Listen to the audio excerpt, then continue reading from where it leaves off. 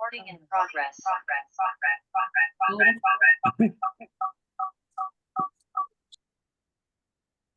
Bueno, comenzamos nuestro encuentro, recorrido histórico por la Emilia-Romagna. Bienvenidos a todos nuevamente, ahora que se siguió sumando más personas. Bueno, vamos a comenzar contextualizando un poco qué es Filo Rosso para personas que lo conocían o que están por primera vez aquí.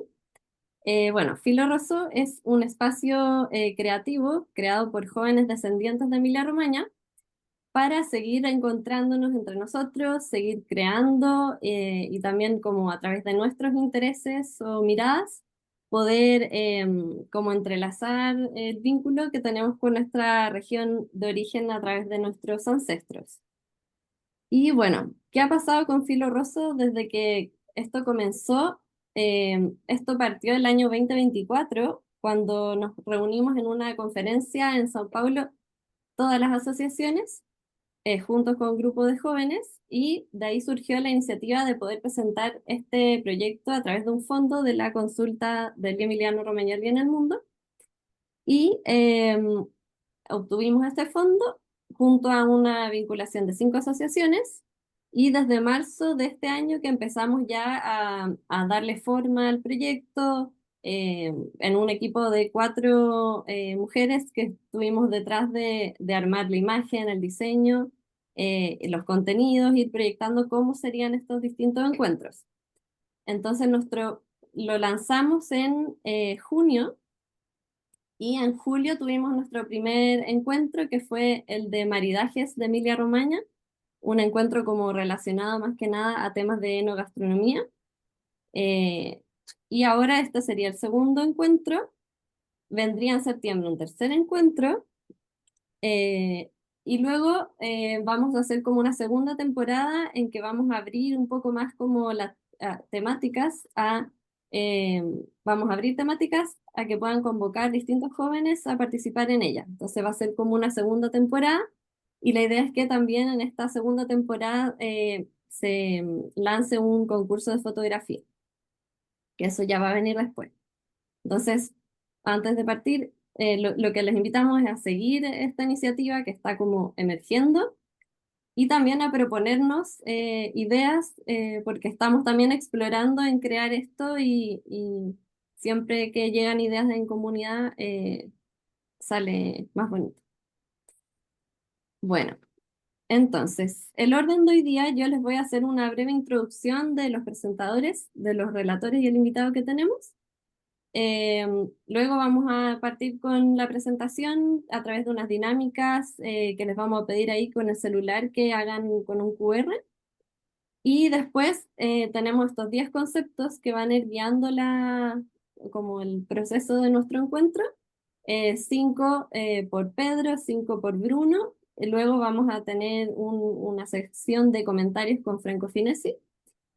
Y por último, ya vamos a abrir como más a comentarios o preguntas en conjunto. Entonces, bueno, les voy a partir leyendo. Ah, voy a compartir pantalla. Mm, Ya. ¿Me confirman ahí si que se ve bien? ¿Se ve? Bien. Sí, perfecto. Bueno, aquí estamos los oradores. Voy a presentar a Bruno.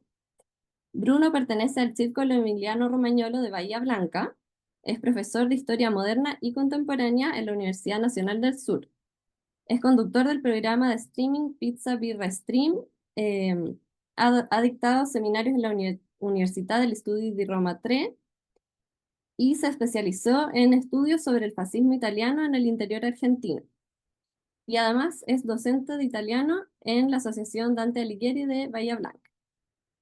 Y ahí saludamos a Bruno y le damos la bienvenida oficialmente. Gracias. Bueno, Pedro Becchi pertenece a la Asociación Red Proter de Mar del Plata. Él es profesor de Historia de la Universidad Nacional de Mar del Plata, donde es coordinador del Departamento de Lengua Italiana, y es docente de Historia de la Lengua Italiana e Historia Medieval.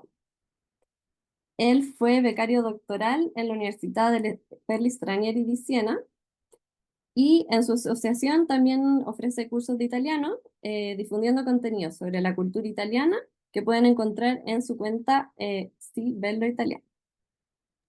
Así que Hola le a damos todos, también Tuti. la bienvenida, Pedro.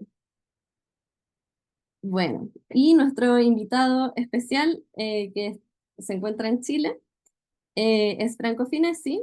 Él es chileno, pero vivió más de 20 años en la ciudad de Ferrara. Él trabaja en la Asociación Cultural Italiana, donde gestiona la venta de libros y actividades que promueven la cultura italiana en Chile. También es profesor de idiomas, de italiano, inglés y francés, con un enfoque característico sobre la historia, la cultura y las costumbres europeas.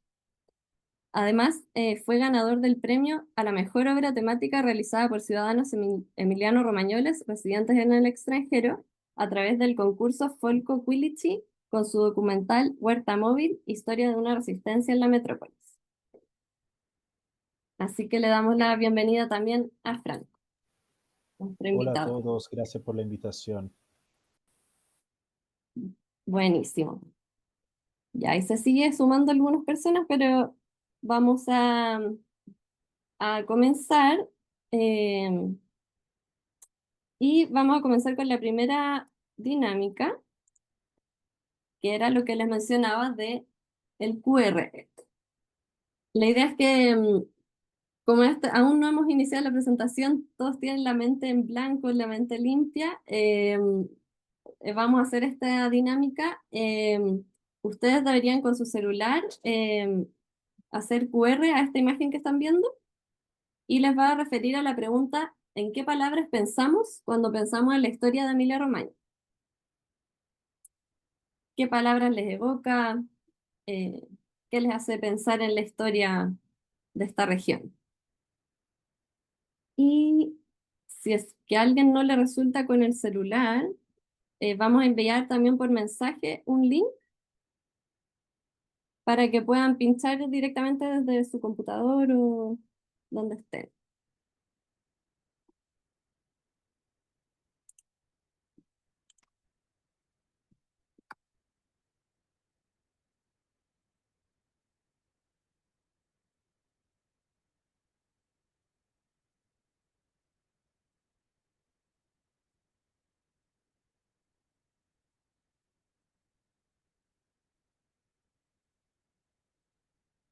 Ya, aquí ya vamos teniendo algunas respuestas.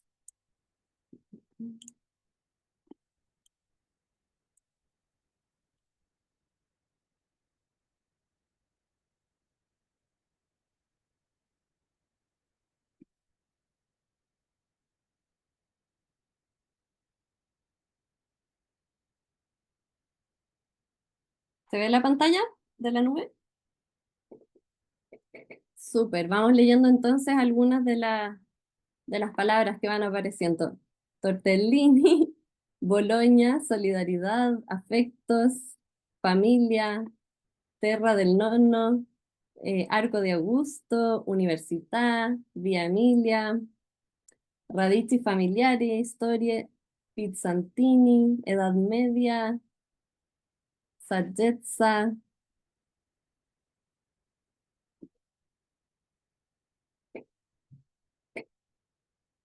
Apeninos, socialismo, enología, inundaciones, castillos medievales, Malatesta.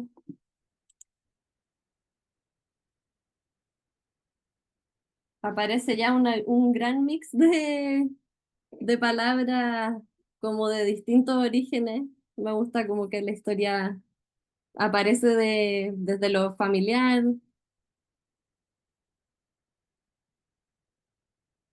Ahí. Bueno, al parecer funcionó la nube. Buenísimo. Bueno, luego vamos a como a volver a hacer una nube con toda la información que van a haber captado en las presentaciones. Así que ténganlo ahí un poco en mente. Y ahora voy a cerrar esto y vamos a volver entonces a la presentación.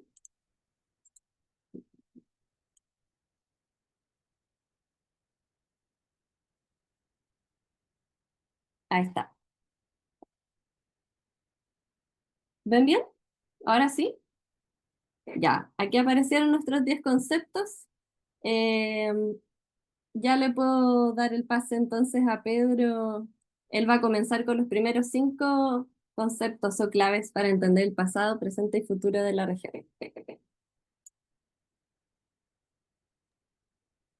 ¿Se mi escucha bien? Súper. Bene.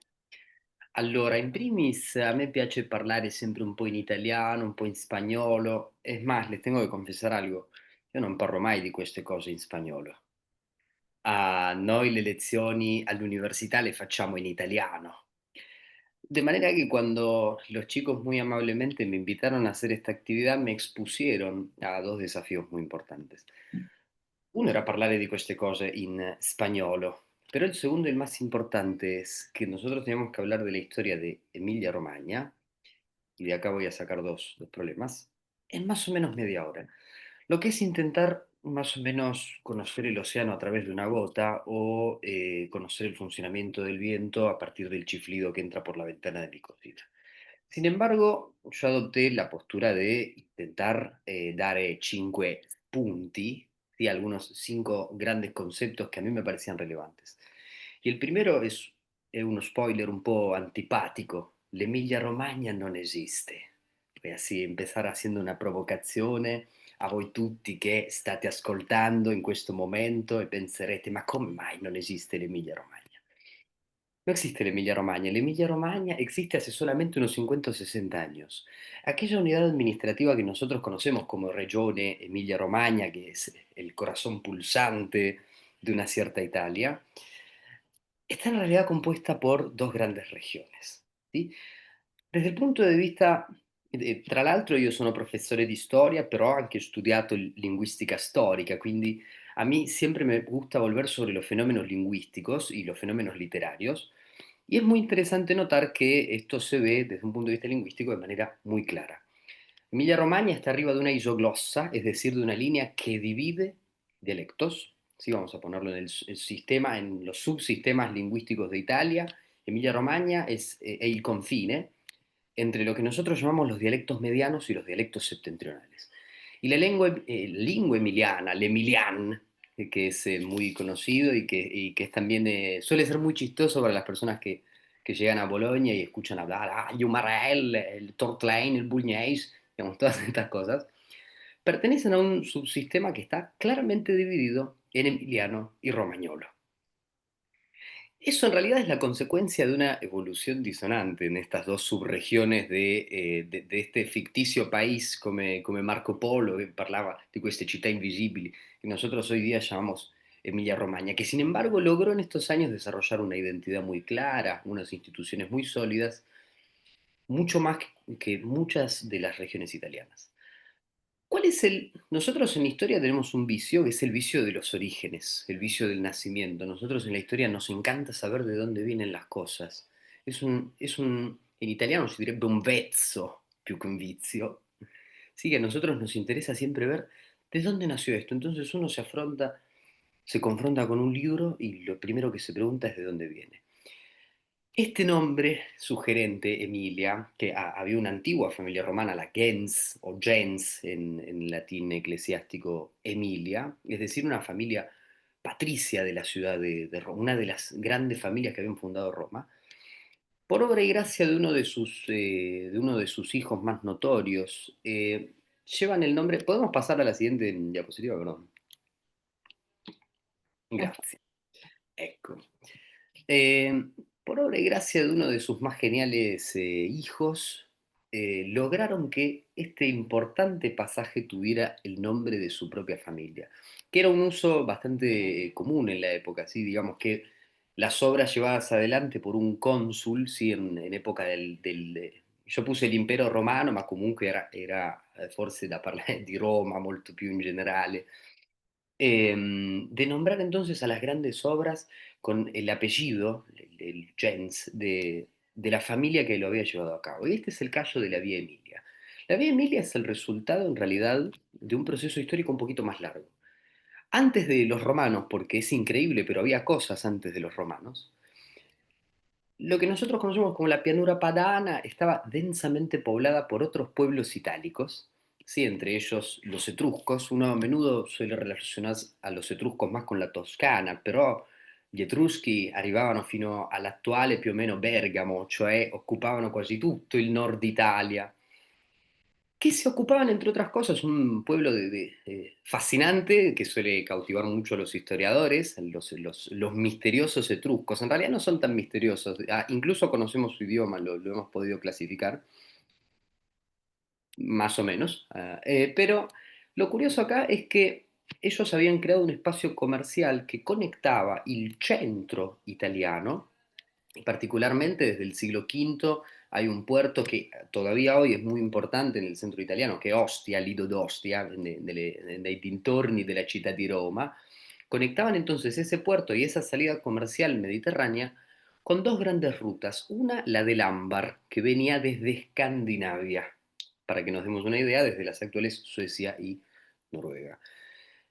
Y a través de esas vías comerciales se comienzan a verificar, esto lo vemos en los informes arqueológicos, digamos, de la tipología del terreno, de la pianura, a muchísimos poblados antiguos que dieron, entre otros, lugar a las posteriores ciudades emilianas. Es decir, esta vía Emilia nace, y uno en la historia de la región suele considerar a la vía Emilia como el nacimiento de una zona identificada con este nombre. Después nosotros podemos hablar de identidades, de otras cuestiones, pero el nombre Vía Emilia, que aparece entonces bajo la administración de los romanos y que le da nombre a esta región, refleja esos crecimientos económicos, refleja estos pueblos del norte italiano. En lingüística nosotros siempre recordamos que cuando Italia se divide en estos subsistemas lingüísticos, tienen mucho que ver las lenguas de sustrato, le lingue di sostrato, cioè le lingue che erano parlate prima dei romani. Algunos, por ejemplo, explican, ¿no?, fenómenos de la pronuncia en esas anteriores lenguas. Y no está de más recordar que, además de los etruscos, densamente poblada fue la Pianura Padana por los pueblos que nosotros conocemos como galos, que más propiamente deberíamos llamar celtas. De hecho, los romanos los nombraban galos, pero ellos se conocían a sí mismos como Celt, romanizado Galt, del que viene galo, y que por lo tanto no es tan extraño encontrar ya desde épocas muy tempranas algunas características de la pronunciación y de la lengua de la región vinculadas, por ejemplo, con el sur de Francia, porque hay un continuum ahí entre las lenguas de sustrato e quindi si parla di una zona gallo-itálica. ¿Sí? Entonces, es muy importante acordarse del Imperio Romano, acordarse de los romanos para este primer momento, porque los romanos son los que le van a dar el nombre a la región, que no es poco. Dar un nombre es darle existencia a las cosas. Humberto Eco decía que las palabras son las cosas. Entonces, desde el momento que la región tiene un nombre, podemos a este vezzo del nacimiento, de la génesis, darle un momento. Vamos a pasar a la siguiente, que está igualmente muy conectada con esta primera. Bueno, acá yo lo que proponía era también dejar algunas palabras clave del tipo incrocho. La región ya desde la Edad de Bronce, ya desde la Revolución Neolítica, densamente poblada, se caracteriza por ser una región de encuentro de vías comerciales. Recordemos que al día de hoy Emilia-Romagna nos sigue pareciendo un lugar con una posición muy estratégica, que conecta al centro italiano con el norte italiano, a menudo desde un punto de vista de definiciones no solo lingüísticas, sino también más políticas, es la entrada al norte italiano, e non a caso. ¿Sí? Entonces un ponte tra l'Italia centrale e le zone delle Alpi. E poi il ruolo centrale della pianura padana, un lugar por demás muy fértil que los argentinos y también los chilenos, y acá sé que hay gente de todo Sudamérica che viene de zonas de llanura, llega all'Emilia Romagna e si sente un po' a casa perché vede quelle lunghissime pianure che si perdono un po' laddove si perde lo sguardo. Te voy a pedir que pases una más. Emilia-Romagna, yo un poco esta cuestión la spoileé, pero Emilia y Romagna están caracterizadas porque nunca fueron una región hasta hace relativamente poco tiempo. Sí es cierto que han tenido vínculos históricos profundos y que de hecho hay zonas de la Emilia-Romagna que a nosotros nos es muy difícil a menudo caracterizar, porque por ejemplo provincia di Bologna, que está en el medio de la Emilia y de la Romagna. Entonces si preguntamos a unos es parte de la Emilia, si preguntamos a otros es parte de la Romagna.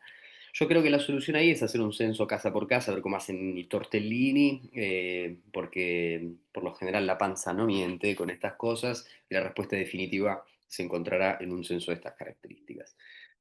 Italia, en general, tiene una característica, nosotros siempre lo decimos en las primeras clases de historia. Cuando Dante diceva l'Italia, estaba pensando en una noción geográfica, porque Italia no existió hasta el año 1860. Quando Dante diceva quindi l'Italia, stava pensando alla provincia Italia dell'antico impero romano. Y la misma cosa podemos decir que pasa con la Emilia-Romagna. Son dos regiones que en ningún momento han tenido una autonomía política y sobre todo desde el punto de vista administrativo. No han estado unidas adentro de los mismos límites. Y es por eso que es interesante, y yo creo que es un punto, no es más allá de la provocación que yo hago, no, la Emilia-Romagna no existe. Para mí, uno de los principales puntos de fuerza, que no sé cuántas regiones italianas pueden confesar de tener, es tener dos grandes regiones históricas tan definidas. L'Emilia, por ejemplo, esto lo vamos a ver más adelante y no le quiero robar el trabajo a Bruno, pero va a ser la cuna de algunos procesos muy importantes durante la modernidad. ¿Y qué decir de la Romagna que ospita ciudades dello spessore di Ravenna, tra l'altro capitale dell'impero romano, donde están los famosos mosaicos bizantinos, de los que voy a hablar un poquito más adelante? Entonces questo che dal punto di vista storico noi diciamo non è mai esistita l'Emilia Romagna, es de hecho una gran fortaleza para mí que tiene la región, tener dos zonas históricas tan precisamente delimitadas desde muchos puntos de vista. Ti chiedo di andare avanti. Ecco, e qui il riassunto, perché io al professore a me piace, ecco, sempre fare i riassunti. Emilia-Romagna non costituirono mai storicamente un único territorio amministrativo fino al XX secolo. Lo que no quiere decir, no hay que malinterpretar el nombre con la cosa, que no existían, sino que a lo que voy es que sus límites administrativos son una realidad bastante nueva. Y esto que vemos acá es parte del mapa lingüístico de la Romagna. Para quienes no lo sabían, existe de la Emilia-Romagna, hay una Emilia toscana, es decir, y hay una Romagna toscana, es decir, hay zonas de la Toscana que pertenecen desde un punto de vista lingüístico, es decir, están por debajo perdón, por arriba de la isoglossa a la Emilia-Romagna, ¿sí? Desde un punto de vista lingüistico. Il Lunigiano nord della Toscana e a Fiorenzuola, arrivando ecco per lì a Bologna. Ehm, Adelante. No sé, ¿querés que dé una seña, una palabra clave? Tú me avisas. Ok. Y acá uno de los hechos más importantes. Primero voy a intentar riempire lo spazio che c'è lì di mezzo. L'Emilia Romagna, entre otras cosas, después de la caída del Imperio Romano, sí que es una caída catastrófica de San Agustín en De Civitate Dei, habla mucho de la caída del Imperio Romano y hay un clima catastrófico, digamos, las personas creen que se va a terminar el mundo y tienen razón, porque Roma, que gobierna hace casi 500 años la totalidad del mundo conocido, es el mundo. Y por lo tanto, a su caída y a la consecución de ese estado por parte de pequeños estados, capitaneados por élites guerreras de tribus germánicas, ¿sí? Entre los cuales están los longobardos y longobardi, de las largas barbas que venían de Escandinavia. Ese es un nombre que está inspirado en el hecho de que eran personas Langenbarten, digamos, de las largas barbas, que le dan el nombre a la Lombardía. Y en Romagna, esto es muy curioso, eh, hay un proceso de reconquista por parte del Imperio Romano Oriental, es decir, los bizantinos, que son romanos a tutti gli effetti, ¿sí? Ellos son el estado sucesor de Roma, conquistan la zona de la costa romagnola y tienen una influencia cultural muy importante por muchos años, bajo Justiniano, pero después esto continúa. Por lo que no es en absoluto una casualidad la repercusión literaria que va a tener esto, que vamos a ver un poquito más adelante.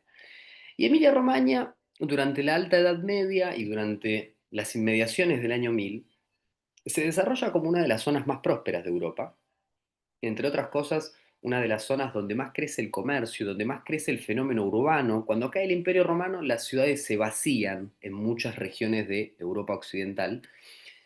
Y en el norte de Italia, en cambio, empiezan a renacer y cada vez con más fuerza. Mientras el resto del mundo se está feudalizando, ¿sí? Es decir, un señor feudal se hace con el Estado en un determinado territorio y es juez, entre otras cosas, y decide il vivere e il morir di quelle persone. En el cambio, en el norte de Italia se desarrollan instituciones ciudadanas, se desarrolla esto que nosotros conocemos como la Italia de las comunas, ¿sí? Y en la región de la Emilia-Romagna hay particularmente algunas ciudades que van a ser muy importantes. Y entre ellas, Bologna, que tra l'altro Bologna es también un nombre que ammette delle oscillazioni, porque en época medieval también pudo ser conocida como Bunonia, Bonogna, con NI, con GN. Esto en lingüística lo llamamos oscillazioni grafiche, ¿sí? Es decir, que una palabra admite más de una forma correcta. Y esto también tiene mucho que ver con el hecho de que Bolonia, siendo una ciudad tan central en las vías de comercio, recibe gente de muchos lugares, recibe peregrinos que están llegando desde el norte de Europa y van para Roma, recibe gente que viene por el Adriático y tiene un vecino que es un elefante adentro del bazar, que es la República de Venecia. Entonces es también nombrada por muchos extranjeros y estos extranjeros a menudo distorsionan su nombre. Y es en Bolonia en el siglo XI que se da un fenómeno que a todos nosotros nos resulta capital, porque muchos acá hemos pasado por las universidades, que es el fenómeno de la universidad. La universidad no funcionaba como funciona hoy, funciona como se pueden imaginar, no tenían no sé qué usan allá en Chile, pero acá tenemos el SIU Guaraní, el sistema informático universitario donde nos tenemos que anotar a los finales. Bueno, ellos no lo tenían esto. Y la universidad, pensemos en la palabra, así de un punto de vista etimológico, universitas en latín clásico, se hace a esta necesidad imperiosa de empezar a recoger esos conocimientos que giran cada vez más en Europa y darles sistematicidad y crear las famosas cátedras. Y esto es curioso, que las cátedras preceden a las universidades. Primero se dan las cátedras y luego comienzan a organizarse en universidades.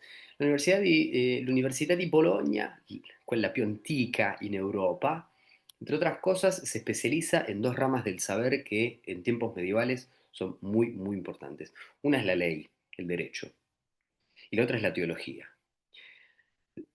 ¿Por qué digo la ley? Porque ustedes piensen en estas ciudades que crecen, que florecen, Módena, Reggio, Parma, Ravenna, que con un pasado glorioso empieza a crecer una vez más. Se tienen que dar estructuras legales, tienen que administrar los territorios de los alrededores, tienen que dotarse de ejércitos para defenderse, porque hay algo que es muy peligroso para un italiano en la Edad Media y es otro italiano. Y esto pasa también en el norte italiano. Entonces tienen que dotarse de grandes estructuras legales y para eso son importantes los doctores en las leyes. Y que hablar de la teología. La Edad Media es una época de enorme discusión de la teología. A la gente le interesa la teología. Los intelectuales llevan adelante debates infinitos en torno a la esencia, al saber, a los sentidos, a todas estas cosas. Todo esto nos parece un poco lejano, de manera que yo elegí, te pido por favor de pasar a la siguiente, un documento que nos va a parecer un poquito más cercano. Entre los primeros profesionales que frecuentaron la Universidad de Bologna había uno che si occupava, un professore di retorica, sì? Quindi della scienza dell'eloquenza, del loquere latino, che era Guido Faba. y que Guido Fava, entre otras cosas, era un profesor muy querido por sus estudiantes y que les pedía ejercicios de escritura y de retórica. Y esto que nosotros vamos a ver acá es la carta de uno de esos chicos che studiano, chicos, la edad, a tutti gli effetti della legge sono adultos, digamos la gente a los 14 años va a la guerra, ¿no? Vota en asambleas ciudadanas a menudo.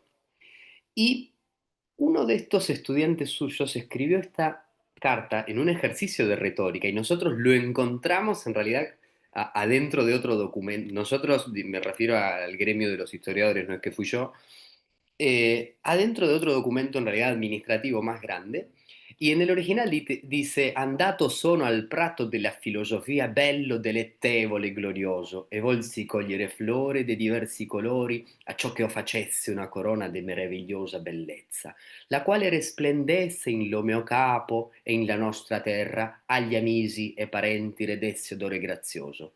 Ma lo guardiano del giardino contradisse se io non li facessi doni placevoli e onesti. Ora hago la traduzione, non si preoccupen. Unden per quello che non è che de spendere si la vostra liberalità volle che vegna co tanto onore, vogliatime mandare pecunia in presente, sci che in lo giardino in lo quale sono entrato possa stare e cogliere frutto prezioso. Este hermoso ejercicio de retórica no es otra cosa que un estudiante del siglo XII pidiéndole plata al padre para continuar con sus estudios. Fíjense, unde imper quello che non che despender, si la vostra liberalità, si a través de vuestra generosidad vole che vegna con tanto onore, con tantos honores, vogliatime mandare pecunia, me quieras mandar plata, in presente, sí que en lo giardino, así puedo volver al jardín del saber. Entre los conectados acá hay una persona muy especial que es mi papá, que va a entender mejor que nadie este documento histórico, que nos recuerda, entre otras cosas, que en la historia, cuando nosotros vemos a esas sociedades del pasado con los ojos del presente, estamos viendo a otros, pero también nos estamos viendo a nosotros. También encontramos todo el tiempo personas que nos recuerdan que la humanidad es una condición mucho más amplia de lo que a menudo pensamos. Este documento fascinante, entre otras cosas, es uno de los primeros documentos que nosotros tenemos para comprender cómo hablaba la gente en Emilia-Romagna en este siglo. Hay unas cosas interesantes. Hay algunos latinismos, por ejemplo, filosofía escrito con PH, un po' a la clásica. Fíjense que en el lugar de amici c'è amisi, y esto habla un poco de la lingua emiliana y dei suoi tratti tipici al momento di parlare. Eh, ¿Vieron? Han notado que en Bolonia no se dice Giovanni, se dice Giovanni. Bueno, eso nosotros, por ejemplo, lo encontramos ya en la época medieval, cuando la gente escribe el nombre Giovanni con la Z. Sí, entonces, estos documentos también nos sirven para rearmar, para reconstruir la evolución de nuestra lengua, de la nostra lengua. Y esto lo sabemos gracias a la Universidad de Bolonia, que después tuvo un devenir histórico, me parece más que importante, más que relevante, que al día de hoy continúa con ese legado y que las vueltas de la vida han querido que la universidad tuviera también una sede acá en Buenos Aires. Eh, Porque la historia es así, es una cosa extraordinaria. Bien, possiamo andare avanti? Ahí está, sí. Vamos bien, Pedro, con el tiempo, así que Sí. Bueno, porque también otra cosa que me pidieron es respetar el tiempo, que es una cosa que nunca en mi perfectamente. vida hice en ningún momento, en ninguna clase. Bien. Vi che entre las palabras che aparecieron apareció Dante Alighieri. Questa cosa è molto curiosa. Dante, noto a tutti, no era Emiliano Romagnolo, no vamos a hacer esta provocación. Me parece innecesario para con la región colindante. Dante era un cittadino fiorentino, y es conocido a menudo como el padre de la lengua italiana. Afirmación un tanto sensacionalista, pero que tiene un poco de razón. La Divina Commedia, para quien quizás no lo sabe, la Divina Commedia, il libro capitale della letteratura italiana, scritto da Dante Alighieri entre el 1304 y su muerte probablemente, es un poema didascálico alegórico, es decir, es un poema didáctico. Tiene como intención dejar un mensaje. ¿Cuál es ese mensaje? a lo largo de los siglos se han interpretado distintas cosas. Borges decía, por ejemplo, que la Divina Comedia era un intento de Dante Alighieri de volver a dar una vez más con su amada Beatrice, que por desgracia vio solamente 3 veces en la vida y de la cual se enamoró mucho. Entonces él pensaba que era la historia de amor más linda de la historia. Y non posso che andare d'accordo poi con Borges, che è nuestro sommo poeta. Dante, entre otras cosas, era un ciudadano fiorentino muy comprometido con la política, era un güelfo, ¿sí? De aquella facción de los güelfos que a principios del siglo XIV es obligada a dejar la ciudad de Florencia tras la victoria de la facción contraria. Dante quindi ostracizzato diventa un esule, deve lasciare la propria città. Primero se refugia en una región del norte de la Toscana para después buscar abrigo y consuelo del otro lado de los Apeninos, en tierras romañolas, donde va a estar en muy distintos lugares, pero nosotros lo conocemos porque va a pasar a mejor vida en Ravenna. Y esto no es solamente un dato biográfico de Dante Alighieri. L'Emilia-Romagna está muy presente en la Divina Comedia a través de distintas formas. Primero está de manera muy explícita, digamos, la Emilia-Romagna está nombrada, un poco negativamente, ahora lo vamos a leer, en la Emilia-Romagna, pero también está muy presente porque piensen lo siguiente, Dante, che nasce nel 1265, y esto lo sabemos porque él dice que en el 1300 estaba en la mitad de su vida. Este famoso incipit nel mezzo del cammin di nostra vita mi ritrovai per una selva oscura che la dritta vi era smarrita e quanto era dir cosa dura sta selva selvaggia e aspra e forte pa pa pa pa pa pa pa pa. Entonces, más o menos hipotetizamos que nació en 1265 y vivió probablemente más de 20 años en Emilia-Romagna. Unos casi 20 años, perdón, en Emilia-Romagna. Es decir, que escribió al menos, una parte del infierno, l'intero purgatorio e il paradiso. En el paraíso recordemos que, para quien no lo sabe, en el infierno Dante pasea y con mucha angustia ve a las personas condenadas a través de un mecanismo que se llama la legge del contrapasso, es decir, los pecados que cumplieron en la tierra son castigados de manera más o menos consonante del otro lado, por ejemplo, los lujuriosos Paolo e Francesca da Rimini, tra l'altro, que levitan por la eternidad ahí sin poder tocarse, es decir, aquello que se habían permitido en vida no se lo pueden permitir en muerte. Y en el paradiso Dante ve muchos emperadores romanos, emperadores bizantinos, inspirado sobre todo en los mosaicos de Ravenna. Vamos a ver en la siguiente slide eh, qué dice Dante dell'Emilia Romagna. E non pur lo suo sangue fatto brullo tra il po' il monte e la marina e il reino del ben richiesto al vero e al trastullo, che dentro a questi termini è ripieno di velenosi sterpi, sì che tardi per coltivare ormai verrebbe meno. Ove il buon Lizio e Arrigo Mainardi, Pier Traversaro, Guido di Carpigna, o Romagnuoli, tornati in bastardi, quando in Bologna un fabbro si ralligna, quando in Faenza un Bernardin di Fosco, Verga Gentil di Picciola, Gramigna. Dante, que era un tipo inconformista, como habrán notado, porque escribió 100 cantos, cada uno de 135 versos, para totalizar 14.000 versos sobre la situación política, también se queja de la Emilia-Romagna. También ve y tiene miedo de que suceda en Romagna lo que a él ya le pasó en Firenze. Es decir, que la lucha faccional se vuelva demasiado cruel y arruine las instituciones ciudadanas. Oh, Romagnuoli tornati in bastardi. Y nombra algunos personajes notables del pasado bastante reciente de la Emilia-Romagna para decir, tenemos que volver a esas virtudes.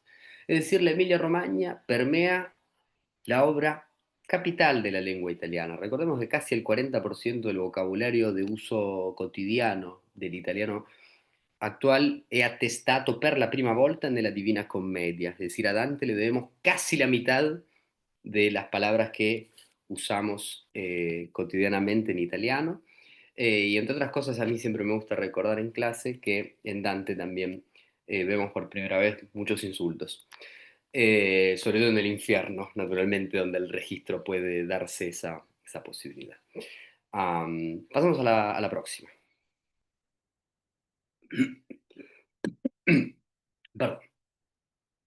Como último fenómeno, ya a las puertas de, con Dante, recuerda, estamos en el siglo XIV, y quería hablar de otro momento que a mí me parece muy relevante desde el punto de vista cultural de la vida italiana y que tiene lugar en Emilia-Romagna. La corte estense. La familia Este, una familia de origen noble, medieval, de hecho tuvieron en su momento genealogías que los conectaban directamente con Carlomagno, que los escribían los cortesanos, ¿no? Digamos, siempre buscando esa legitimidad para con el pasado carolingio, pero sobre todo romano en realidad, más que nada romano. Y la corte estense, conocida no solo por fortificar esa gran ciudad-estado que fue Ferrara y que en algún momento contendió la hegemonía de la región con las otras ciudades, sino que también fueron principalmente mecenas. Y su mecenazgo resultó en dos obras muy importantes de la literatura. Primero que nada, en la geografía de la ciudad, mi raccomando, dovete andare a Ferrara. Qui, oggi c'è Franco que también nos va a convencer de la idea de ir a Ferrara, porque es una ciudad bellísima, con una presencia y una cotidianidad del arte, de lo magno y de las obras bien hechas, casi todas de este periodo.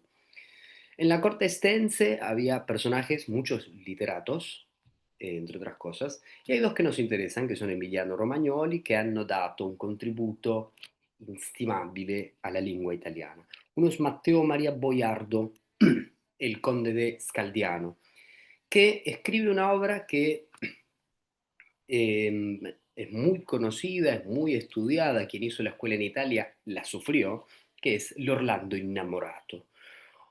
Questo personaggio, Orlando, está enamorado de la princesa del Catay, es decir, de la princesa china, pero que se llama Angélica, un nombre chino muy común, como sabemos todos. Es un paladín de la corte de Carlomagno, es decir, se retoma una vieja historia de lo que se llama el ciclo carolingio, sí, que se enamora perdidamente de Angélica y que va por ella a luchar contra los moros. ¿Sí? No les voy a spoilear, en algún momento quizás tienen ganas de leer en octava rima, in verso en decagillabo, todo el Orlando innamorato, un mattone così, pero no sale bien su enamoramiento y sobre todo su obra queda inconclusa. Por eso unos años después, ti chiedo di andare avanti, Costanza, grazie. Unos años después, otro personaje, Emiliano Romagnolo, que fue Ludovico Ariosto, escribe la segunda parte, que es L'Orlando Furioso. Attenzione, perché Orlando non è furioso arrabbiato, Orlando è furioso d'amore. Esta historia es el poema caballeresco por excelencia del ámbito italiano, es decir, en el ámbito español nosotros tenemos al Quijote que como crítica, entre otras cosas, del ciclo caballeresco, se transforma en obra capital. Y ellos tienen al Orlando Furioso, ellos nosotros, abbiamo l'Orlando Furioso. Orlando, después de sus enormes correrías contra los moros y demás, por desgracia ve cómo Angélica si innamora di un principe moro. Al final della storia, bueno, él enloquece, se desnuda y se va corriendo al bosque.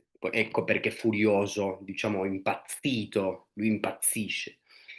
Y estas obras geniales son también una forma de atestiguar la genialidad de aquella época y muchas cosas cotidianas de la época, porque como sabemos ellos escribían pensando en un pasado remoto, pero a menudo describían a los personajes según las cosas que hacían en esa época, se servían de su época.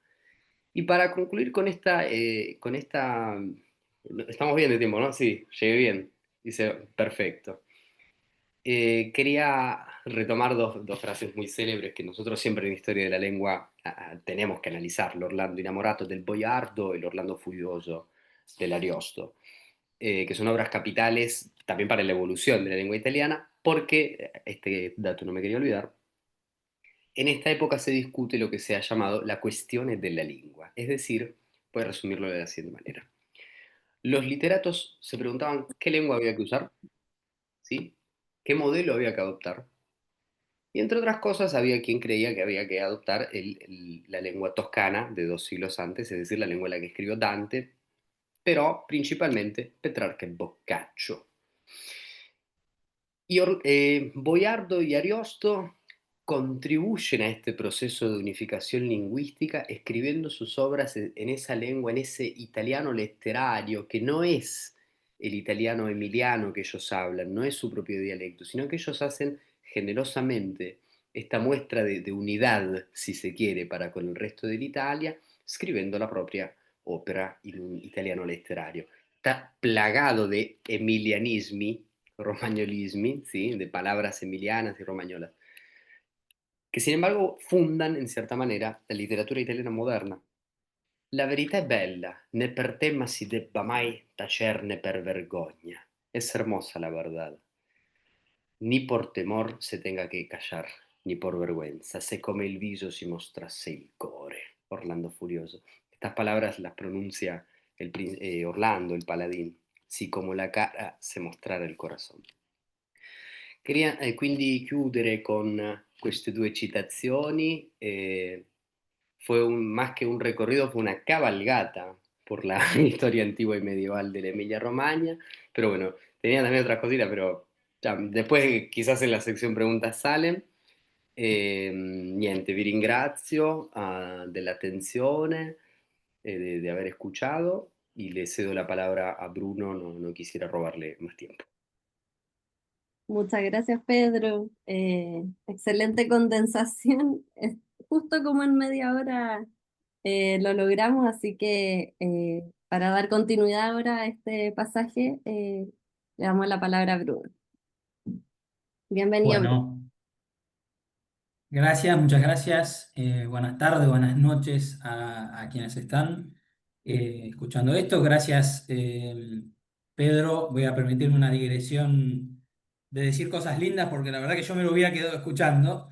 Es un honor, una alegría y un desafío como colega, seguir después de Pedro porque es excelente. A mí me encanta y tiene una pronuncia envidiable que yo ya aviso que no tengo. Así que bueno, como lo quiero decir y lo puedo decir, Me voy a poner lo rojo, digo. me voy a poner filo rosso, me voy a poner. Rosso, rosso, sí. No, bueno, pero hay que decir, las cosas estas hay que decirlas. Bueno, pasamos a la siguiente diapo. Vení. Bien, bueno, tuve el mismo desafío que tuvo Pedro, digamos, condensarlo todo en media hora, que es el tiempo. Yo acá, digo, me estoy poniendo un cronómetro de en serio, para que vean. Porque temo pasarme. Lo voy a condensar básicamente en lo que es la edad contemporánea. La edad moderna en Italia, en la península italiana, es un periodo bastante turbulento. Italia es escenario de guerras entre otras potencias europeas. Y mi interés era enfocar la historia de la región a partir del proceso que lleva a la consolidación y a la creación de un Estado unificado en la península italiana y de cómo la región va atravesando esos procesos. Erich Hobsbawm, que es un historiador que se darán cuenta por el nombre que no es Emiliano Romagnolo, es británico, pero nació en Alejandría de Egipto cuando este era mandato británico.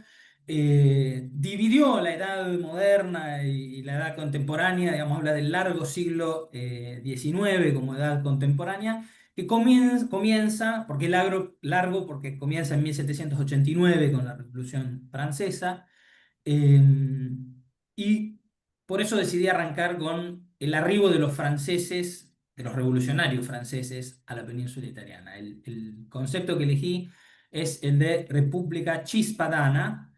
La República Cispadana, que es un estado, es una república sorella, como se le llama en italiano, repúblicas hermanas, lo llamamos nosotros, que eran una serie de estados satélites que la República Francesa, en su expansión revolucionaria, va instalando no solo en la península italiana, sino también en otros territorios de Europa.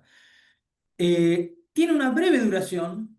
La República Cispadana existió con capital en Bolonia de octubre de 1796 a julio de 1797, es decir, no llegó a cumplir su primer año.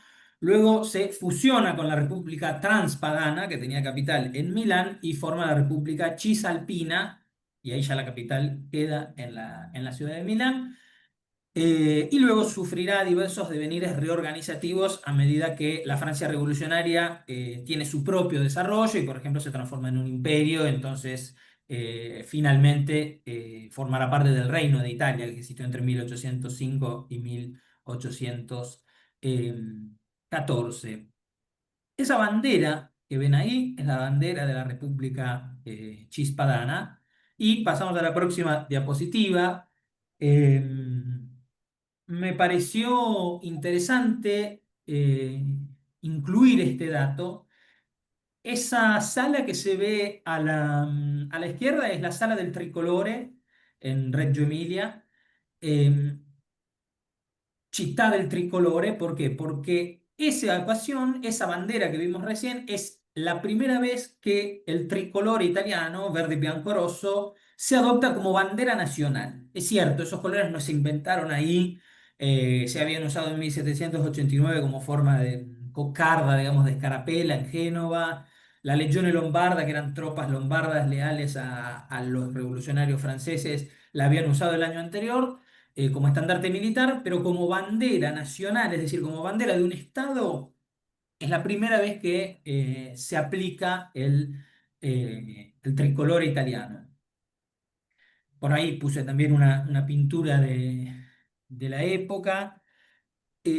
¿Por qué?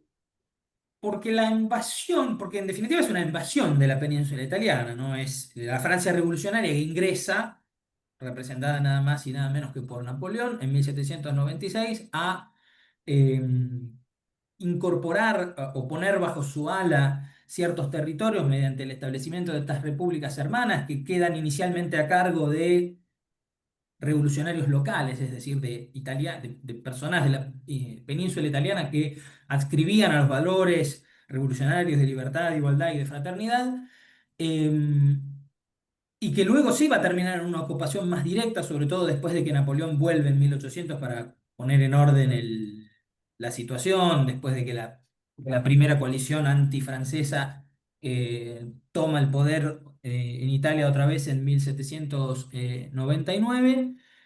Pero va a ser central porque acá está el germen del Risorgimento, que es lo que vamos a ver justamente ahora en un ratito. Hay muchos libros sobre historia de la unificación italiana que comienzan en 1796. Uno dice, bueno, pero el Risorgimento para nadie empezó en 1796.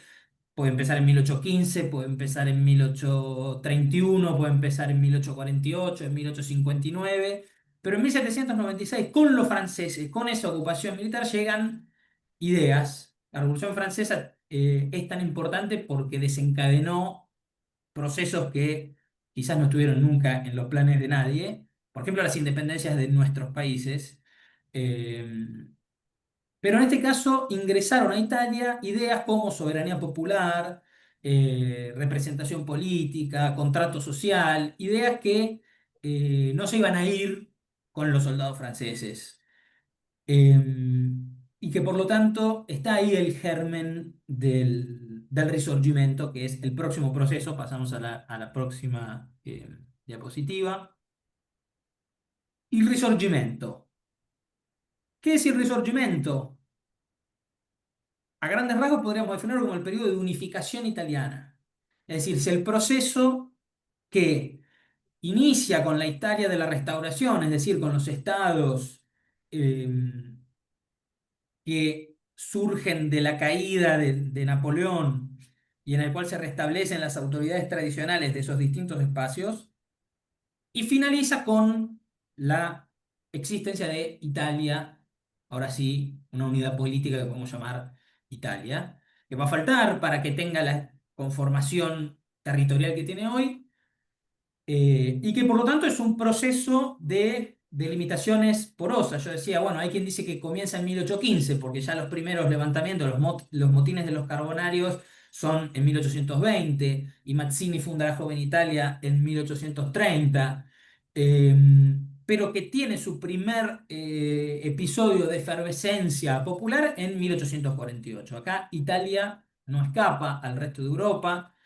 1848 ha pasado a la historiografía como la primavera de los pueblos, porque es un año en el cual en distintos lugares de Europa se producen levantamientos que todos apuntan en este sentido, en el sentido de la reedición y la apropiación que están teniendo en otros lugares de Europa los ideales de la Revolución Francesa, que en algunos casos empiezan ya a mezclarse con el romanticismo, sobre todo a la hora de la constitución de un nacionalismo popular, como en Alemania, como intenta hacer Mazzini con los italianos. Y el periodo termina, también depende. Hay quien dice, bueno, en 1861, en marzo, se proclama el Reino de Italia, y decimos, bueno, ahí ya terminó. Depende. Para alguien de Venecia no terminó ahí, porque Venecia, el Véneto, se incorpora en 1866. Roma no es capital de Italia, sino hasta que se la arranca de las manos del Papa en 1870. Si queremos esperar a Trentino Alto Adige o Trieste como parte de Italia, tenemos que esperar hasta 1918, es decir, el límite final del Risorgimento también depende de con quién se hable o desde dónde uno lo mire, aunque quizás la periodización más aceptada sea 1848-1861, es decir, desde los primeros levantamientos populares en el sentido patriótico italiano y la constitución oficial del Reino de Italia en 1861 con capital en Turín. ¿Qué rol o qué pasa en la Emilia-Romagna en todo esto? Vamos a la siguiente diapositiva. Yo ahí van a ver un mapa, yo traté de hacer un zoom en en lo que sería la región. La podrán identificar por las ciudades que están mencionadas. Pero obviamente acá hay que hay que agrandar la lupa histórica, porque la anexión de el Ducado de Parma, el Ducado de Módena y de la legación de las Romañas, que era una unidad administrativa del Estado Pontificio, a el Reino de Piamonte primero y lo que luego es Italia, no deja de estar eh, inscripta en ese proceso general. Nosotros acá tenemos un Estado que, bueno, en el recorte del mapa lo perdí, ahora en retrospectiva no sé si fue la decisión más inteligente, pero que es eso que aparece arriba a la izquierda pintadito de azul o de celeste, que es el reino de Piamonte-Cerdeña, con la dinastía de Saboya en el trono, que va a ser ahí donde está el cursor exactamente, con capital en Torino, que va a ser el Estado a partir del cual se produzca la unificación de Italia. Es decir, ese Estado, por vía de algunas maniobras militares, pero sobre todo excelentes maniobras diplomáticas, básicamente en lo que son las negociaciones con Francia, que estuvieron capitaneadas por Camilo Benso di Cavour, nombre muy conocido porque en Italia, en toda ciudad, tiene o una piazza, una stazione della metro, o algo, o una vía, un viale. Em, Va a iniciar este proceso de expansión. La anexión de lo que sería hoy la región Emilia-Romagna a esa unidad política nos explica sin antes mencionar que en el año 59, en junio del año 59, se produce una guerra entre el Reino de Piamonte, Cerdeña y Austria que termina con la anexión de la Lombardía, la vecina región de la Lombardía.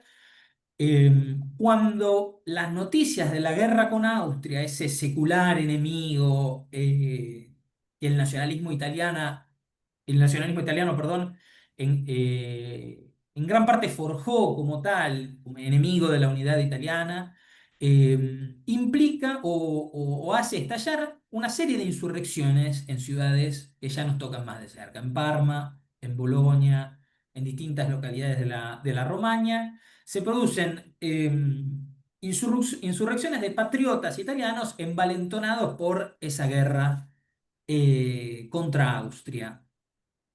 ¿Qué, qué piensa Cavour? Dice, bueno, aprovecho este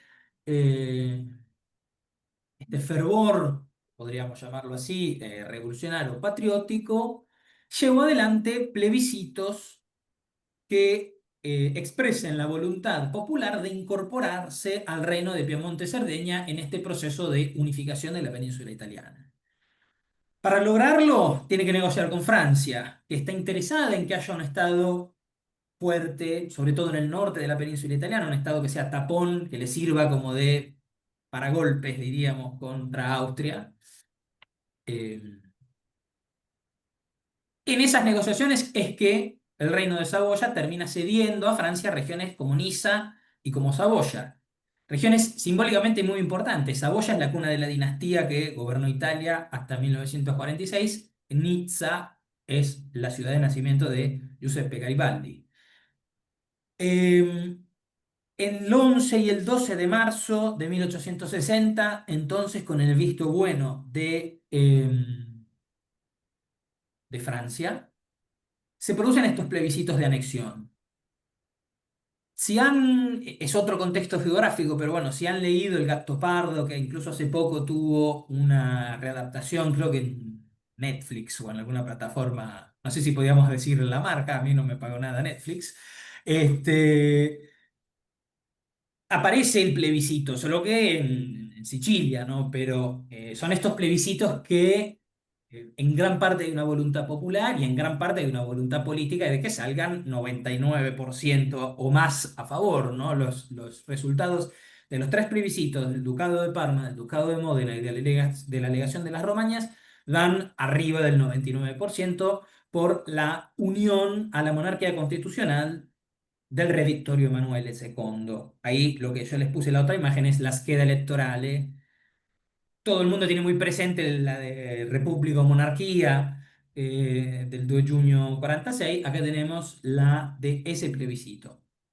Cuando eso termina, eh, cosa que pasa al mismo tiempo en el Granducato di Toscana y en Lucca, al Regno di Piemonte, Cerdeña, se incorpora toda la Italia centro-meridional, ¿no? Lo que hoy diríamos Emilia-Romagna, Umbria, Toscana, Marche. Ese proceso que conlleva la necesidad de ceder Nizza y Saboya a Francia es una de las cosas que se dice empuja a Garibaldi, que poquito después de eso encabeza y se lanza y fa la expedizione dei Mille, cuando fuerza la conquista del reino de las dos Sicilias, que es eso que aparece en el mapa al sur de los estados pontificios, el reino borbónico con capital en Nápoles. eh, que no estaba en los planes de Cavour que formara parte de Italia, y cuando el centro norte y el sur se unan, ahí sí va a pasar a existir el reino de Italia. Pasamos a la siguiente diapositiva. Yo en este fervor de reducir todo a media hora,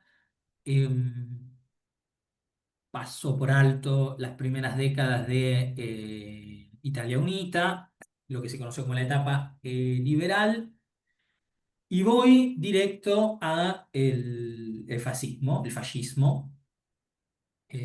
Acá tengo que hacer un esfuerzo para no hablar de más, porque acá es la parte a la que me he dedicado, sobre todo en la faceta del fascismo all'estero, pero bueno, acá vamos a hablar del fascismo en Italia y sobre todo en la región Emilia-Romagna, que tiene muchas cosas para enorgullecerse. Tenemos también el triste hecho de que Mussolini nace en la región Emilia-Romagna, nace en Predappio, provincia de Forlì Cesena, en 1883, en una región que en lo que tiene que ver con la historia del fascismo y sobre todo de la consolidación del fascismo tiene una ambivalencia. La Emilia-Romagna es una región tradicionalmente volcada a la sinistra o al centro-sinistra.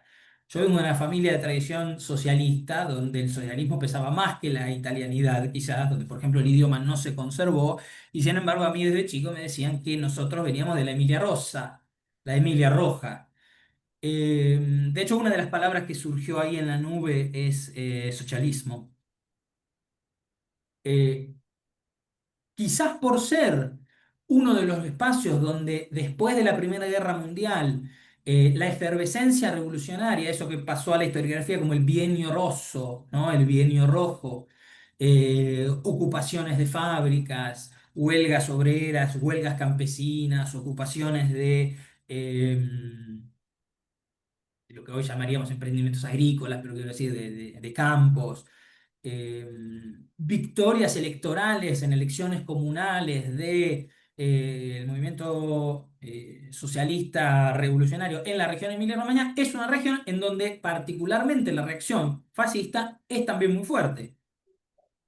Ahí no me quiero meter porque yo físico no soy, pero hay una ley de la física, que ahora no me acuerdo cuál es, que dice que a toda fuerza hay una fuerza contraria igual y opuesta. Es decir, Emilia-Romagna es un escenario revolucionario en 1800, en 1918, en 1919, y es un escenario contrarrevolucionario en 1920, en 1921. Pasamos a la siguiente diapositiva. eh, Porque la región, eh, particularmente en Polonia, ahí en la foto que está hacia la izquierda, ese es el Palazzo da Curzio, ahí está el Neptuno. eh, Ahí se produce, por ejemplo, el 21 de noviembre de 1920, uno de innumerables episodios de violencia política que se producen en la región Emilia-Romagna en estos años convulsionados del primo dopoguerra, o sea, de la primera posguerra. La strage di Palazzo da Curzio, por desgracia, me tocó un periodo de la historia en donde tengo que usar la palabra strage más de una vez. La strage di Palazzo da Curzio es un encontronazo entre los cuadrismo fascista y los militantes socialistas.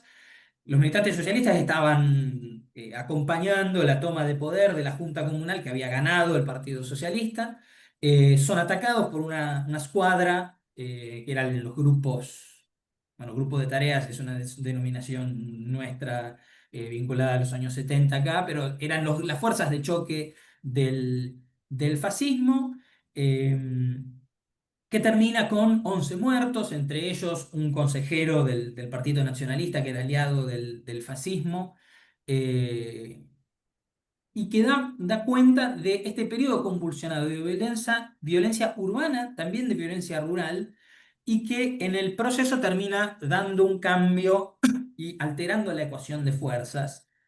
No sé si probablemente conozcan bueno, terminó siendo una saga de libros, M, il figlio del secolo es la primera, es un libro de Antonio Scurati del año 2018 que ganó el premio Strega en el 2019 y que está articulado, es una novela histórica que relata, bueno, el primero, il figlio del secolo, relata el ascenso de Mussolini desde que el fascismo surge en 1919 hasta el paso a la dictadura en 1925, pasando por la marcha sobre Roma y el acceso a la jefatura del Consejo de Ministros. Cuando el libro cuando el libro pasa por la etapa de 1920, muchos de los segmentos que siempre están fechados y localizados pasan en Emilia-Romagna, Bolonia, Ferrara, acá que lo tenemos a Franco, eh, y está construido en base a documentos de la época, y hay un pedacito que yo lo tengo acá, por eso me estoy mirando para el costado, hace alusión a esta cuestión que estoy diciendo de que, bueno, precisamente es la región en la cual cambia esta ecuación de fuerzas. Está hablando Italo Balbo, que era el jefe de los escuadristas de Ferrara y que va a ser parte del cuadrumvir de la marcha sobre Roma, de los 4 hombres de extrema confianza de Mussolini en el momento de la toma del poder. Y retrata cómo es una región che empieza a cambiare de rojo a negro, digamos, no? Dice, alle elezioni politiche del novembre 1919 il Partito Socialista nella provincia di Ferrara ha ottenuto 43.000 voti. 3 ferraresi su 4 hanno votato per la rivoluzione. Ancora l'anno successivo, alle elezioni amministrative del novembre 1920, il blocco dei partiti antirivoluzionari ha ottenuto in tutta la provincia meno di 7.000 voti. Eppure, soltanto un mese più tardi, il 22 dicembre a Ferrara ai funerali dei 3 fascisti uccisi negli scontri con i socialisti davanti al castello Estense, ese del che hablò Pedro, partecipano 14.000 persone. I rapporti di forza si vanno capovolgendo, la verifica dei poteri debe essere aggiornata giorno per giorno. Es un periodo en el cual esa región que en 1919 está teñida de rojo empieza en base a el accionismo escuadrista y en base también al apoyo que las fuerzas estatales dan al movimiento escuadrista, empieza a transformarse una roccaforte del fascismo, no me sale la palabra en español, en una base fuerte, digamos, desde la cual se proyecta también la marcha sobre Roma. La Emilia-Romagna también es un escenario de resistencia, y por eso yo uní fascismo e resistencia. Podría haber dicho fascismo y antifascismo, pero no quería repetir demasiado la palabra, pero es uno de los grandes escenarios que muchos años después terminan con la caída del fascismo. Bolonia es liberada el 21 de abril del 45 en el marco de la insurrección general de los partisanos que termina con la liberación de Italia 25 de aprile. Ahí entonces puse la foto, la de arriba es de la liberación de Bolonia, allá atrás están las torres típicas de Bolonia, y ingresa Bolonia, l'Emilia-Romagna, tutta l'Italia en un nuevo periodo que luego de poquito tiempo ya se reconfigura como republicano y que fundamentalmente es democrático, que es la República Italiana como la conocemos hoy. Pasamos a la siguiente diapositiva. El punto 9 o el concepto 9 que yo desarrollé es il miracolo económico, il miracolo económico italiano. Yo lo conozco como milagro italiano, más nosotros en español por ahí quitamos lo económico. ¿Qué es el miracolo económico italiano? Bueno, su nombre es bastante claro, es un proceso de crecimiento económico acelerado. No es uniforme en la península italiana, se concentra más en el norte.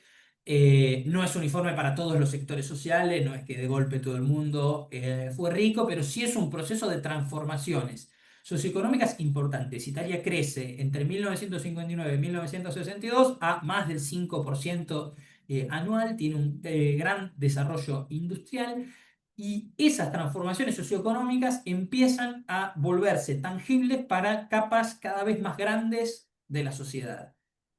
Vuelvo a citar a Hobsbawm, pero Hobsbawm me permito, aunque no tenga nada que ver con la región, establece que los años 50-60 son el periodo en el cual, por primera vez en la historia, el mundo tiene más población urbana que rural, y muchas transformaciones empiezan a llegar a los hogares de la gente, transformaciones que hoy para nosotros son nuestro pan de cada día, pero pensar en una heladera o en el acceso a un auto o a una moto, es decir, algún medio de transporte mecánico, a nivel, no que llegue a todas las personas, pero sí que llegue a la mayoría de la población y el surgimiento de estratos medios, genera transformaciones sociales muy importantes. No necesariamente todas ellas positivas.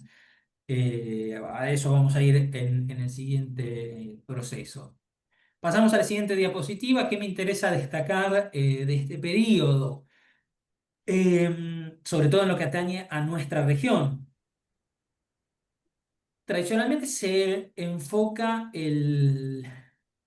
la locomotora, o se identifica la locomotora del miracolo económico italiano en ese triángulo conformado por Torino, Milano, Génova, triángulo industrial del país, pero también hay otras zonas de Italia en las cuales se produce este desarrollo económico e industrial. Nuestra región es una. Está la siguiente diapositiva. Nos pasamos a la próxima. Ya. Eh, Ahí, por ejemplo, está Ferrari. Es una región que está vinculada, sí, al surgimiento, por ejemplo, al desarrollo de la industria automotriz. No todas las empresas automotrices de lo que hoy conocemos como Motor Valley surgen en este periodo, pero, por ejemplo, Ferrari es del 47, Lamborghini es del 63, es decir, justo sobre el final del miracolo económico italiano. Pero hay algo también de esta tradición solidaria, o solidaridad también es una palabra que surgió ahí en la primera nube, si no recuerdo mal, que es que no solo la región Emilia-Romagna se caracteriza por la existencia de grandes empresas y de pequeñas y medianas empresas, sino también de empresas cooperativas, de un gran movimiento cooperativo, cooperativo de consumo. Bueno, mi ciudad, Bahía Blanca, es la sede de la cooperativa obrera, que es la cooperativa de consumo más grande del mundo, y que tiene sedes en gran parte de lo que es la Nor Patagonia Argentina y el sur de la provincia de Buenos Aires, y que está muy emparentada con Coop Italia, que surge en Roma, pero tiene sede administrativa en Emilia-Romagna. Conad, quien haya ido a Italia también y haya tenido que hacer compras, quizá alguna vez fue a la Conad, surge en Bolonia en 1962. Es decir, es una región en la cual conviven la empresa cooperativa, la gran empresa, la pequeña empresa, y quizás ahí resida su potencia, ¿no? Ese corazón pulsante que definió Pedro al inicio. La última con la que cierro, sobre todo porque mi cronómetro marca 28 minutos, eh, y que está en la siguiente diapositiva, es el periodo que sucede al miracolo económico italiano. El miracolo económico italiano se frena a mediados de los años 60, y se inicia un periodo de estancación económica para Italia que además va acompañado de gran conflictividad social, sindical, estudiantil, que en los años 70 se transforma en un periodo de violencia política. Hay algo de global ahí, los paralelismos a veces son hasta obvios, y los años 70 también en nuestra región son años complicados, años incómodos, años dolorosos, y esa es como metáfora de todo lo que generan esos años en Italia. Esos años son llamados gli anni di piombo, los años de plomo, porque son pesados, porque son grises, porque son fríos. Básicamente son los años 70. Italia atraviesa un periodo de violencia política al cual en el sur se suma la violencia mafiosa. No hay que pensar en el asesinato de Peppino Impastato, de Piersanti Mattarella, de otras personalidades de la lucha contra la mafia en los años 70, en los años 80, en los años 90, si pensamos que en el 92 son los atentados a Falcone y Borsellino, por parte de grupos que se ubican en la extrema izquierda del espectro político, y ahí el secuestro y asesinato de Aldo Moro por las Brigadas Rojas es quizás el momento más reconocido, o más famoso, más célebre, y que incluso llegó a las noticias acá. Existió también la violencia desde el arco político de la extrema derecha. Y acá es donde nos toca la región de cerca, esa imagen, y pasamos a la siguiente diapositiva, donde hay otra. Tiene que ver con la strage di Bologna, la masacre de Bolonia, un atentado neofascista perpetrado el 2 de agosto de 1980 en la estación de Bolonia. Bueno, hace poco se estuvo conmemorando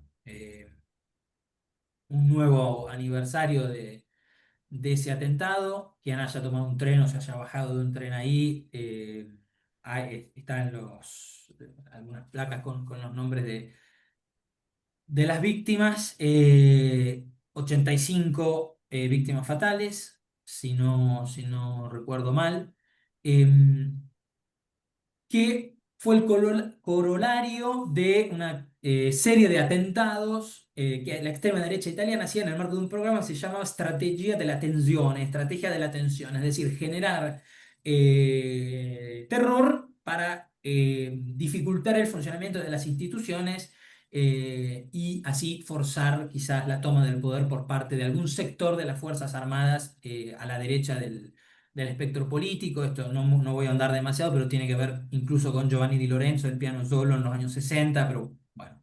ya estoy pasado del tiempo. Para no terminar con malas, con cosas tan tristes, bueno, también en el momento final de esta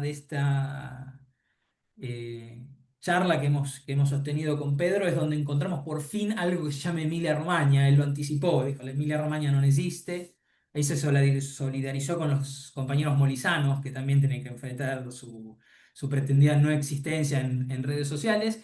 La Emilia Romagna entonces se constituye, las regiones como ente administrativo se constituyen con la República Italiana y se efectivizan recién en 1970. Ahí è la fecha la data di nascita della regione Emilia-Romagna, que como sabemos es hoy una de las regiones más pujantes de Italia, una de las regiones que motorizan el desarrollo de Italia y en ese sentido, sin duda, una de las regiones con las cuales Italia se prepara para encarar el futuro eh, incierto en estos tiempos globales que corren, pero que bueno, auguramos sin dudas promisorio. Muchas gracias, me pasé 2 minutitos, así que me callo.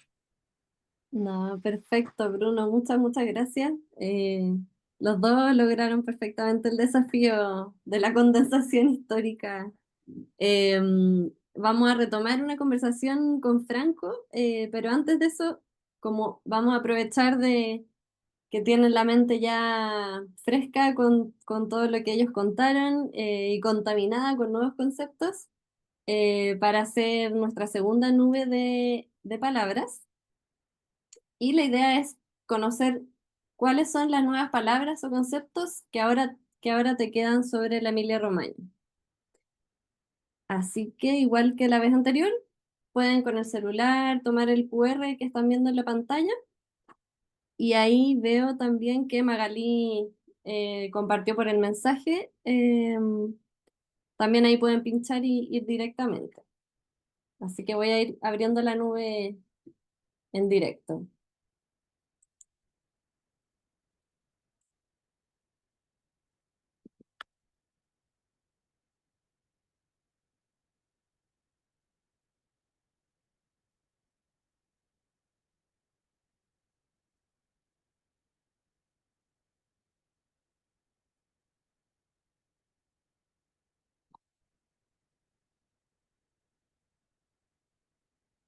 Les vamos a ir dando tiempo para que la completen.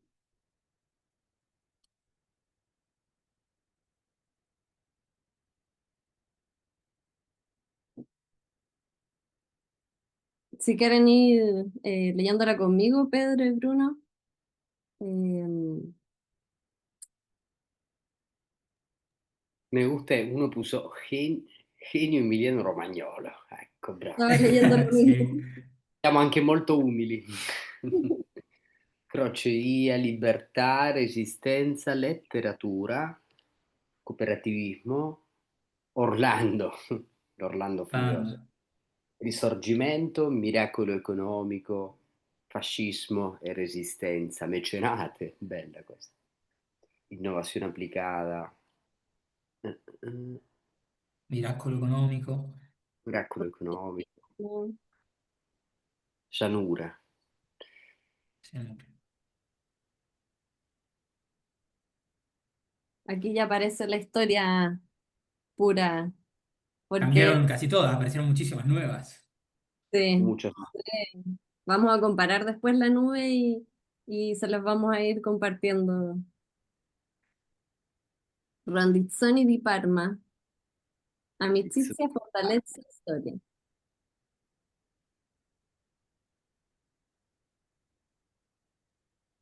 Interesante. Bueno, ahí tengo Giacomo Matteotti, alguien pone aquí por el mensaje, Alicia. eh,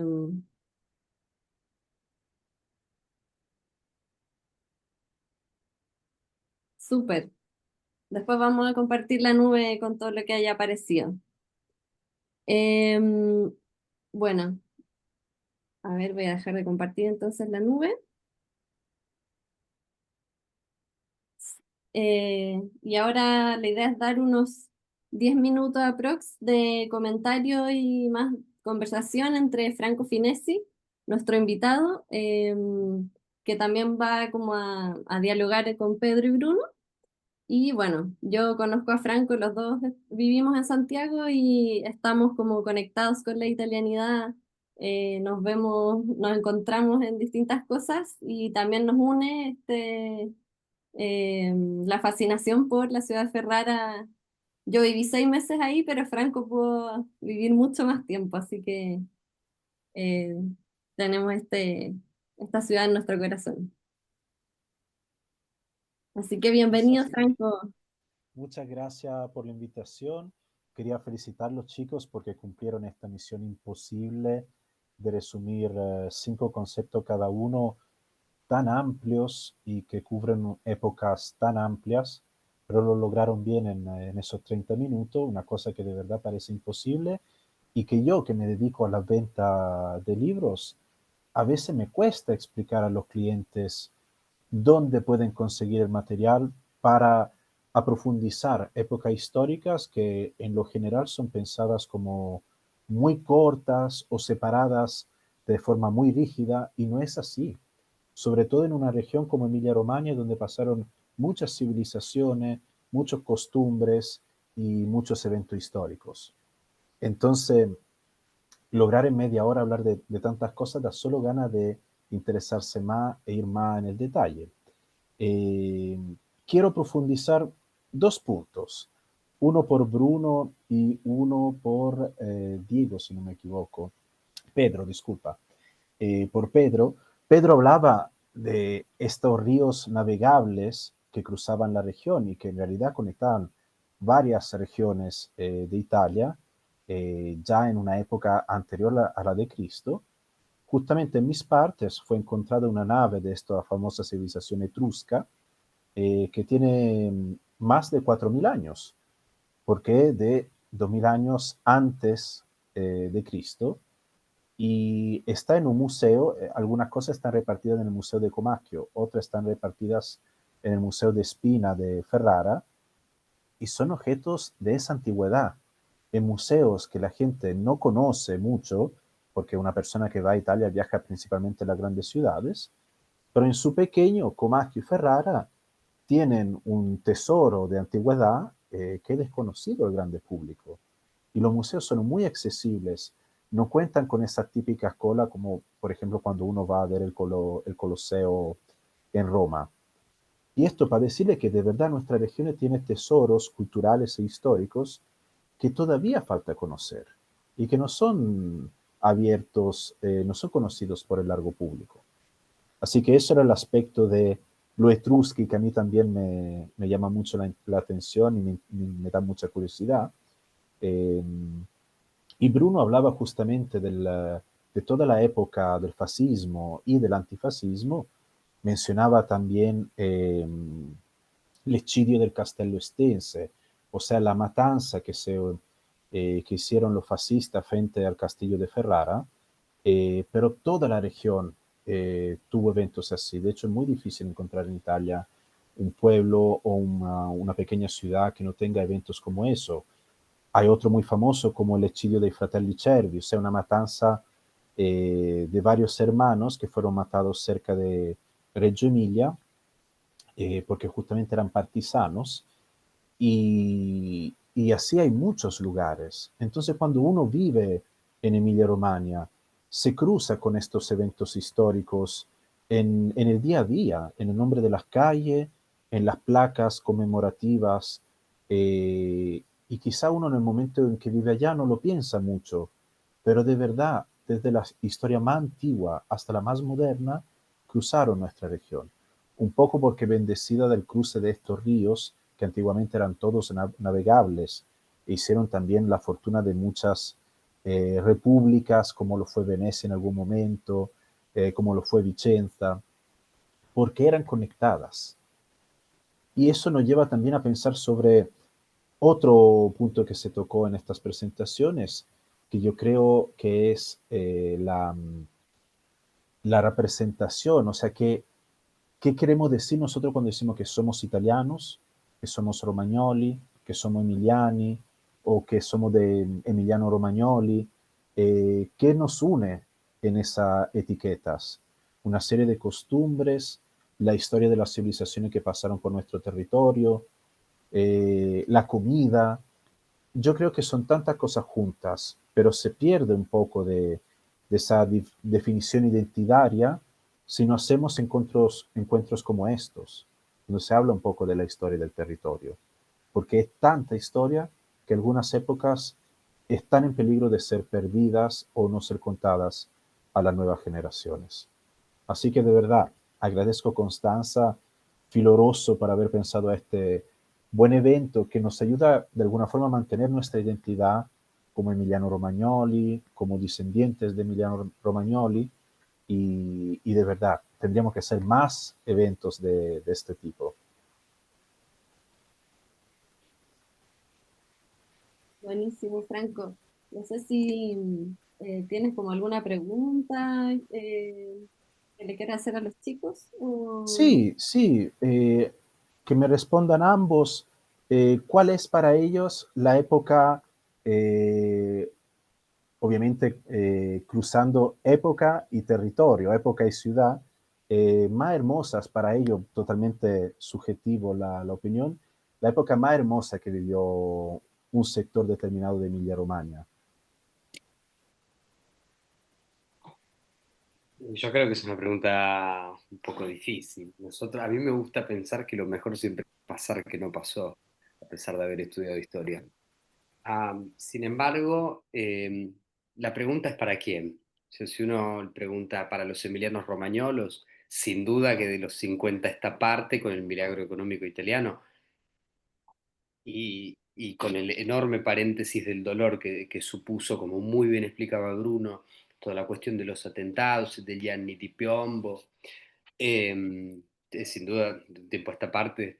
Ahora, si nosotros le preguntamos a las grandes familias nobiliarias, probablemente dirán, quando c'era la corte estense, quando c'erano gli Este, a Ferrara, ecco, la nostra época più forte. En historia siempre hay que preguntarse a quién, con quién estamos hablando. Y yo avalo la idea, pero también si tuviera que elegir, ser forzado a elegir a nivel, quizá a nivel mayoritario, general, indudablemente del Miracolo para acá. A nivel estadístico, digamos. A mí, si yo tengo que elegir la atmósfera de los años 60, milagro económico, movimientos contraculturales, juventudes, música, digamos, tiene una cosa que me gusta mucho. La atmósfera que está en la película de l'Isola delle Rose, esa época tiene tiene un no sé qué, digamos, que me atrae particularmente. Y después, no intentando ser demagógico, diría el presente, ¿no? Que es lo más lindo que hay porque es donde podemos elegir para dónde va. El pasado, desgraciadamente, no podemos elegir para dónde va. A uno le hubiera gustado no tener que hablar de la strage di Polonia, a uno le hubiera gustado no tener que hablar del fascismo. El momento en el que podemos elegir dejar de hablar de esas cosas de acá para adelante es ahora, así que como ventana hacia el futuro, te diría el presente también. Me encantaron las respuestas, de verdad, da mucho, mucho a qué pensar. Personalmente, a pesar que viví más de 20 años en Ferrara, eh, jamás encontré curiosidad en la corte estense, en el periodo que justamente para Ferrara tendría que ser el más activo, hablábamos del mecenatismo, toda esa arte que confluía en una sola y pequeña ciudad que la hizo todavía hermosa, resistió el tiempo y todavía es una ciudad importante para visitar, justamente por esa época del mecenatismo. Pero no, yo no hubiese querido vivir esa época.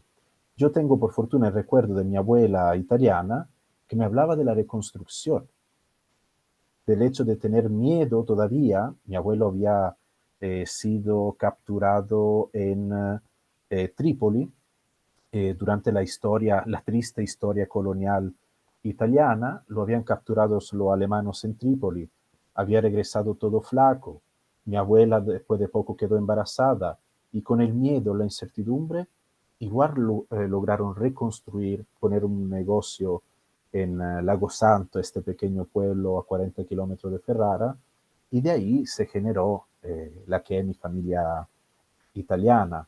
Entonces, tener esa ventaja de coraje, enfrentar algo como fue la reconstrucción después de la guerra, eh, hubiese sido algo interesante de vivir y poder eh, registrar con algún tipo de libro, con algún tipo de documentación.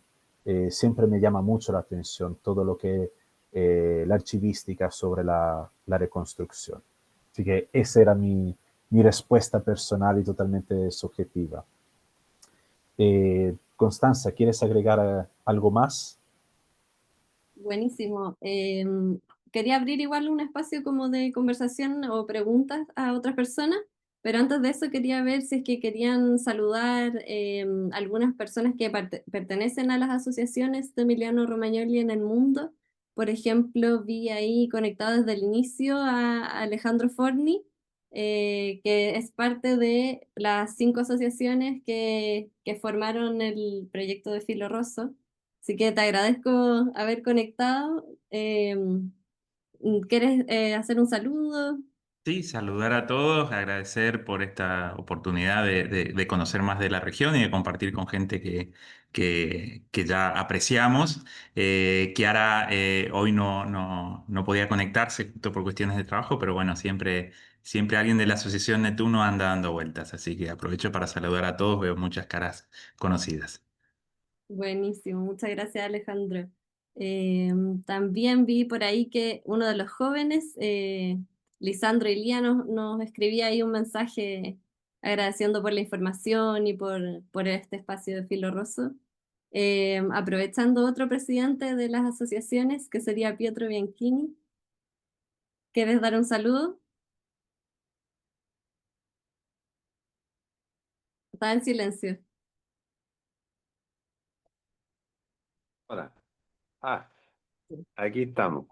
Bueno, que solo quería felicitar y además eh, agregar que tenemos una tarea, los brasileros y los argentinos y uruguayos, respecto a que con Italia y con Bolonia tenemos un vínculo de documentación desde 1520 en adelante. Y en la Universidad de Bolonia, en la biblioteca, hay 3 libros, uno hecho en 1646, es decir, la historia de Chile se contó, se documentó en la Universidad de Bolonia en italiano, y la hizo un nieto del capitán Pastene, que tanto hemos nombrado y hacemos gárgara con el nombre de capitán Pastene. El nieto, que era sacerdote, regresó a Bolonia y escribió el primer libro. En 1776 también, en la Universidad de Bolonia, otro eh, que regresó, también sacerdote, que lo persiguieron los españoles, escribió 2 libros, en 1787 y en 1776. Y eso fue lo que ocupó Darwin para su vuelta por el Cono Sur. Eh, y en la independencia de Chile participó el famoso general Rondizoni, que venía de Parma. Eso nos vincula con en muchos siglos, Emilia-Romagna, con Latinoamérica. Eso tenemos que reforzarlo más. Que los argentinos entonces nos cuenten, además del famoso general Belgrano y sus otros próceres, Italia, cuando nombraron ahí, por ejemplo, el grupo napoleónico, Napoleón, sin venir a América, su gente nos obsequió la independencia.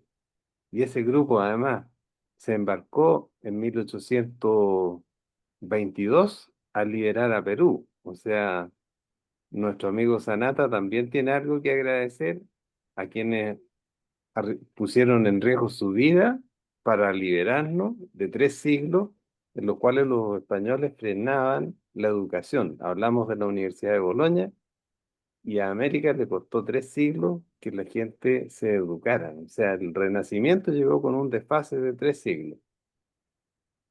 Eso agregaría. Bueno, y, ¿alguien más que quiera hacerle alguna pregunta? Pedro, Bruno o Franco, Alicia, ahí tienes que activar el... Hola, ¿qué tal? Yo soy la presidenta de la Asociación de Emilia-Romagna de Chaco. Eh, Quería explicar por qué puse Giacomo Matteotti. Para nosotros, para mi familia, son los Meli de Emilia-Romagna, de Reggio Emilia. Eh, Cada vez que moría alguien en la familia, hasta el día de hoy, en la lápida ponen la foto de Giacomo Matteotti, no ponen la lápida del muerto. Eso significa que para la familia la lucha contra el fascismo y los muertos que tenemos cada uno en cada una de nuestras familias todavía nos siguen emocionando, todavía lo seguimos sintiendo y es una manera de que cuando nuestros hijos y nuestros nietos visitan Reggio Emilia y van al cementerio, ven la foto de Giacomo Matteotti donde está el cajón de su familiar y por lo menos preguntan por qué. Y es una manera de difundir esa historia tan triste por la que pasaron ellos, nada más. Interesante. Bueno, ahí el pasado, eh, como marca el presente y lo importante que es recordar también y conocer la historia un poco, qué es lo que hemos hecho hoy día. Eh, ¿Alguna otra pregunta? Connie, me gustaría hacer un comentario, un aporte, porque vengo escuchando cosas que nos vinculan en un momento histórico también. Nosotros hoy en este encuentro estamos siendo parte de la historia de la Emilia-Romagna, en el caso nuestro en el mundo, ¿no? Lo que decía Pietro, son cosas que hacen que, bueno, es un presente, pero que se está construyendo para adelante la historia de quienes vienen detrás nuestro.